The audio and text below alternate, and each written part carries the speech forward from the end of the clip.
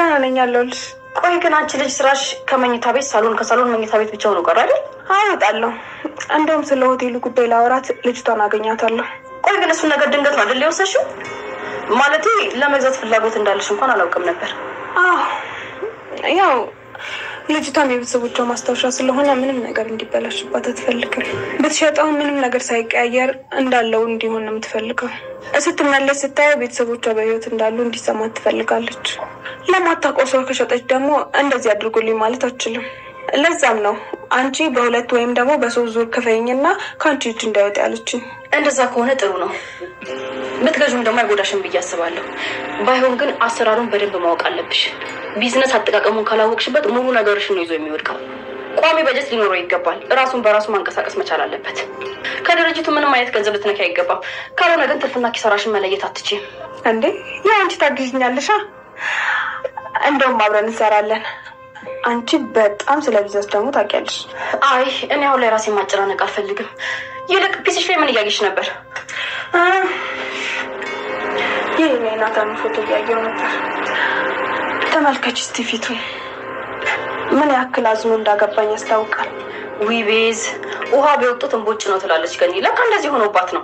ምንድነው ይሄን ርዕስ ቅድም ዘጋም አይደል እንዴ? ምንድነው ተመለሰሽ እዛው ጸጸት ውስጥ የምትገቢው? አሁን እኮ ጸጸት ውስጥ እየገባሁ አይደለም። ደግሞ ሁሉን ነገር አስታውሽ።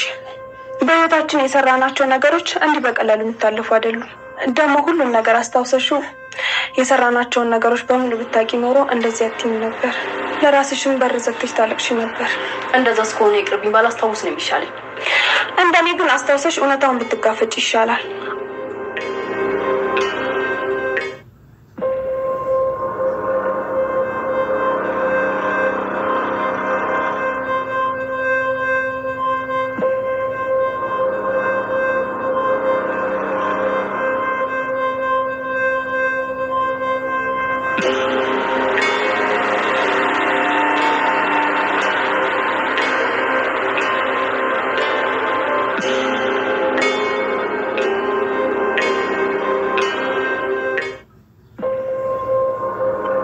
ለምንድን ነው የማታነሳው?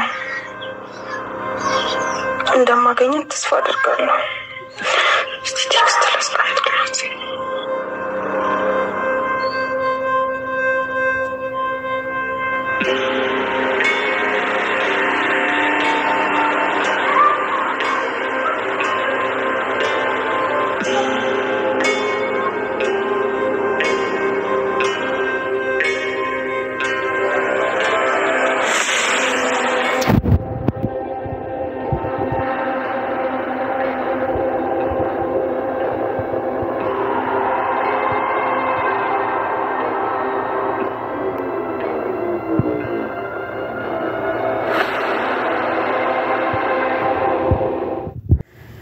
ቤዛ ላግቷት ነው ወይስ አጋጣሚ ነው መኪና ከፊት ለፊቷ ቆሞ ክላክስ ሲያደርግ የነበረው?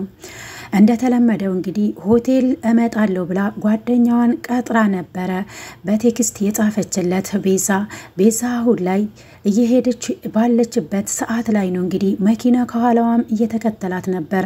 ይህ ደግሞ አጋጣሚ አይደለም፣ እሷን ለማገት ያደረጉት ነገር ይመስላል። እናንተስ ምን ይመስላችኋል? አስተያየታችሁን ወይ ደግሞ ግምታችሁን ኮሜንት ላይ አስቀምጡልኝ። ታግታ ልትደፈረዋ የነበረች ልጅ ከናታን ጋር ተዋውቃለች። ትውውቅነታችንም ካሁን በኋላ እንዲቀጥል ብላ ናታንን ጠይቀዋለች። ናታን ነበረ ከነዛ አውሬዎች ያስመለጣት። ታዲያ አሁን ላይ በጓደኝነት አብረን መቀጠል እንችላለን ብሎ ተዋውቀዋል። አሁን እንግዲህ በህይወቱ ውስጥ አንድ ሴት ተዋውቋል ማለት ነው ናታን። እንግዲህ ያንም የተዋወቁት አሁን ላይ እኔ ስራ አጥ ነኝ፣ እህቴ ናት የምታስተዳድረኝ፣ በጣም የምወዳት ማከብራት እህት አለችኝ፣ የምትሳሳልኝም ናት ብሎ እንግዲህ ስለ ራሱና ስለ ጽዮን ሲያስተዋውቃት ነበረ ለሷ። እሷም እንግዲህ ከእናቷ ጋር እንደምትኖርና እኔ ይሁን ብሎ አላቅም ብቻ ይዘውኝ ወደ ጫካ ሄደው ሊደፍሩኝ ነበረ፣ ስለደረስክልኝ አመሰግናለሁ በሚል ነበረ የተዋወቁት። ታዲያ አሁን ላይ ናታንን ስራ አስገባዋለሁ ብላው እንግዲህ ቃል አስገብተዋለች፣ ናታንን ማለት ነው ያስመለጣት ልጅ። ከዛ በኋላ ወደ ቤት ስትመለስ ከናታን ጋር የተዋወቀችዋ አዲሷ ካራክተር እናቷ ጋር ስትደርስ እንደ ለመደፈር ሊደፍሯት እንደነበረና እንዲሁም ደግሞ ናታን እንዳይደፍሯት አድርጎ እንዳስመለጣት ሁሉንም ነገር ነግራታለች። እናቷ ደግሞ በጣም ደንግጣ ነበር። በአጋጣሚ ነው ወይስ አስበውበት ነው እንደዚህ ያደረጉሽ? ሁኔታውን ንገሪኝ ስትላት መኪናዬ ተበላሽታብኝ ስለነበረ ወደ ጋራጅ ወስጃት ነበረ። ከዛም በኋላ ነው እንግዲህ ያደርሱኛል ብዬ ያሰብኳቸው ሰዎች ጉድ የሰሩኝ። አስበውበትና አቅደውበት ይመስለኛል። እናም የበላይ አለቃ አላቸው የሚያዛቸው ብላ ለእናቷ ስትናገር እና የታጋቿ እናትም አሁን ላይ ማን ነው እንደዚህ እያደረገ ያለው የሚለውን ነገር እንዲከታተሉ ለምታውቃቸው ወይ ደግሞ ለግብረ አባሮቿ ደውላ ተናግራለች ማለት ነው። ማንስ ይሆናል ብላችሁ አሰባችሁ? ናታንስ አሁን ላይ እቀጥራለሁ የእናቴ ድርጅት ውስጥ ላለችው ከተቀጠረ በኋላ ምን የሚፈጠር ይመስላችኋል? ያንን ድርጅት ውስጥ ከተቀጠረ በኋላ ከያፌት ጋር የሚገናኝ ይሆናል። አሁን ላይ ኤፍራታና ያፌት ተፋጠዋል ፊት ለፊት። ያፌት እንግዲህ ያደረገው ነገር ትክክል ባይሆንም ኤፍራታ ግን አሁን ላይ ማሸነፊያ ዘዴ መፈለግ አለብኝ በማለት አሁን ላይ እሱ በሚላቸው ነገሮች እየተስማማች ነው ያለችው። ታዲያ ፊት ለፊት ሲናገሩ ካሁን በኋላ ወደ ውጪ ወተን ዘና የምንልበት ቦታ መሄድ ይገባናል ብሏታል።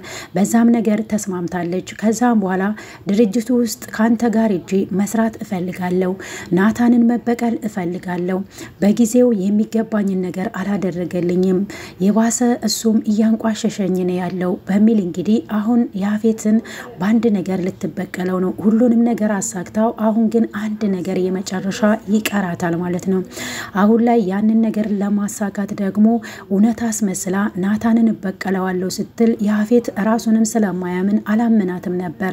ግን ደግሞ አሁን አንቺ የኔ ሚስት ነሽ የትም አትጅም ብሏታል እሱ ማለት ነው። ግን ደግሞ እሱን ለማጥመድ ስለነበረ እውነት አስመስላ ነበረ ያ ናታንን እበቀላለሁ ብላ ወይ አንተ ማትፈቅድልኝ ከሆነ በራሴ መንገድ እበቀለዋለሁ እያለችው ባለችበት ሰዓት ላይ ነው ያመናት። ግን ይሄን ነገር ከማድረጌ በፊት እኔ የምወስድሽ ቦታ አለኝ፣ ተዝናንተን ከተማ ውጪ ወተን ተስናንተ ስንመለስ ሁሉንም ነገር የምንነጋገረው ይሆናል ብሏታል ማለት ነው ለኤፍራታ። ኤፍራታ አሁንስ እውነት ያ ናታንን ለመበቀል ነው ወይስ ያፌትን የምታገኝበት መንገድ ወይ ደግሞ የምትጠምድበት መንገድ ፈልጋ ነው የሚሆነው? ከፊቷ እንደተረዳ ነው እሱ በቃ ችግር የለውም አትበሳጪ፣ በዚህ መልኩ በፍጥነት በዚህ ሰዓት ላይ የምትቀየሪ አልመሰለኝም፣ በዚህ ልክ አንቺም ጠልተሽዋል ማለት ነው ብሎ ተገርሟል። እሷም ደግሞ ያኔ ፈገግ እያለች እያየችው ነበር ማለት ነው። ስለዚህ እያስመሰለች ነው ያለችው ኤፍራታ። አንድ ነገር ብቻ ነበረ የቀራት፣ ያንንም ደግሞ ለማሳካት አሁን ላይ ደፋ ቀና እያለች ትገኛለች። ኤፍራታ እንግዲህ እንደምናውቃት ብልህና ነገሮችን በጥንቃቄ የምታደርግ ናት። ግን ደግሞ ከያፌት እጅ አትወጣም። እናም አሁን ላይ እሱም የሚፈልገውን ነገር አግኝቶ ነበረ፣ ግን ምንም አልተፈጠረም። ወይስ ተፈጥሯል ብላችሁ ታስባላችሁ? እኔ ከተናደድኩኝ ምን እንዳደረግኩ እንኳን አላውቅም። አንቺም ደግሞ ቆይ ትንሽ ጠብቅኝ ስትኝ እስከ ዛሬ ድረስ ጠበቅኩሽ፣ ግን ተናድጄ ነው ይቅርታ ብሏታል ማለት ነው። እና አንተ የምትደሰተው ይህንን ነገር በማድረግ ነው ወይ? በጣም ታሳዝናለ ብለዋለች። ሆኖም ግን የተፈጠረው ከተፈጠረ በኋላ አሁን ላይ እሱን ማጥመድ አለብኝ፣ እንዲሁም ደግሞ ናታንን እበቀለዋለሁ ካላልኩኝ ሁሉንም ነገር አሳልፎ አይሰጠኝም፣ ድርጅትም ሄጄ እንድሰራ አያደርገኝም በሚል ዘዴ ነው እንግዲህ አሁን ላይ የሱ ድርጅት ውስጥ ገብታ ለመስራትና ያፌትን ለመጣል እየሞከረች ያለችበት ማለት ነው። ሌላው ነገር የጽዮን ጉዳይ ነው። አሁን ላይ የያፌት ዘመድ ጽዮንን እያስጨነቃት ነው ያለው። ፎቶሾፕ እያደረገ አብሯት ፎቶ እየተነሳ ለቢኒያም ይልካል። ቢኒያምም አሁን ላይ ያለበት ሁኔታ በጣም ያሳዝናል። ተበሳጭቶባት አንድ መልእክት ለጽዮን ጽፎላት ነበር። ጽዮንም ያንን ነገር ካየች በኋላ በጣም ተናዳለች። እንዴት እንደዚህ ያደርገኛል? አምኜው ነበረ። ናታን ሲለኝ የነበረው እውነት ነው። ፍቅር ይጎዳሻል እንጂ አይጠቅምሽም። ከኔ አትማሪም እንዴ ያለኝ ለካ ወንድሜ እውነት ነበረ ብላ አምነዋለች ማለት ነው። እንግዲህ አሁን ላይ ማታ ማታ እንገናኝ ብሏታል ለጽዮን። እናም ለቢኒያም ስልክ መልእክትም ማስቀምጦለት ደውሎለትም ነበር። ካሁን በኋላ አሁን ላይ ኮንፈረንስ ስም ነው ያየኸው፣ በኋላ ደግሞ ሌላ ጊዜ እምልክል ፎቶ የአልጋ ላይ ይሆናል ብሎታል ማለት ነው። አንተ ውሻ እገልሃለሁ እያለው ነበረ ዳግም የመጣው። ዳግም በዚህ ሁኔታ ተናዷል። እናም ደግሞ ምንድን ያደረኩት እያለ እየተጸጸተ ነው። እናም ጓደኛው ጋር ደውሎ መገናኘት አለብን ብሎ አናግሮታል።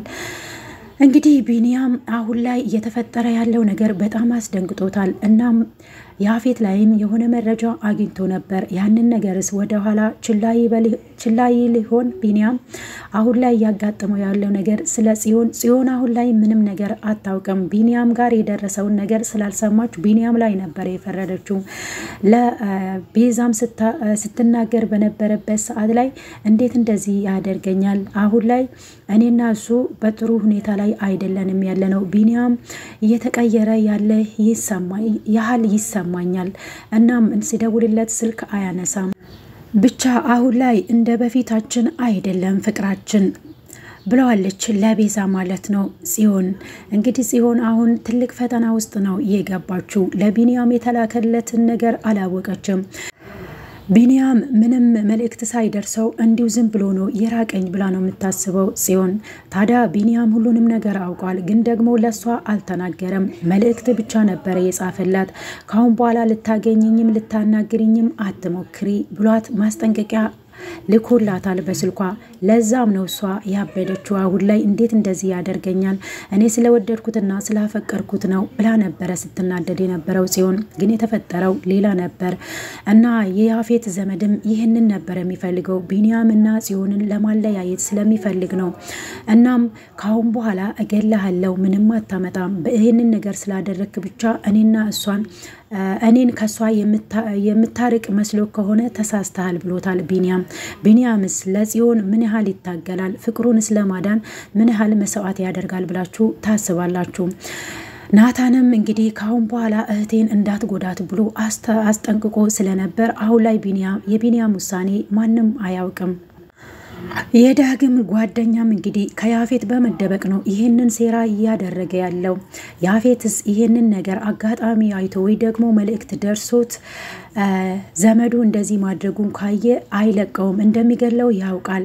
ግን ደግሞ ከሱ ተደብቆ ሁሉንም ነገር እያደረገን ያለው በአጋጣሚ እንግዲህ ያፌት ጆሮ ከደረሰ በኋላ ምን እንደሚያጋጥመው ማሰብ አያቅትም ማለት ነው። ውድና የተከበራችሁ የቻናሌ ቤተሰቦች እንኳን ወደ ቻናሌ በሰላም መጣችሁ። ለዚህ ቻናል አዲስ ከሆናችሁም ሰብስክራይብ ማድረጋችሁን እንዳትረሱ። ነባሮች ስለምታበረታቱኝ እጅግ አርጌ አመሰግናለሁ። ሐረግ ድራማ ክፍል 82 እንግዲህ ቀንጨባ አድርጌ እንዲሁም ደግሞ ክፍል 83 ላይ ምን አይነት ትዕይንቶች ይታያሉ የሚለውን አቅርቤላችኋለሁ። እንድታበረታቱኝ እንግዲህ በትህትና እጠይቃችኋለሁ። ለዛሬ ያዘጋጀሁት ቪዲዮ ይህንን ይመስላል። ቪዲዮ ከተመቻችሁ ላይክ፣ ኮሜንት፣ ሼር ማድረጋችሁን እንዳትረሱ።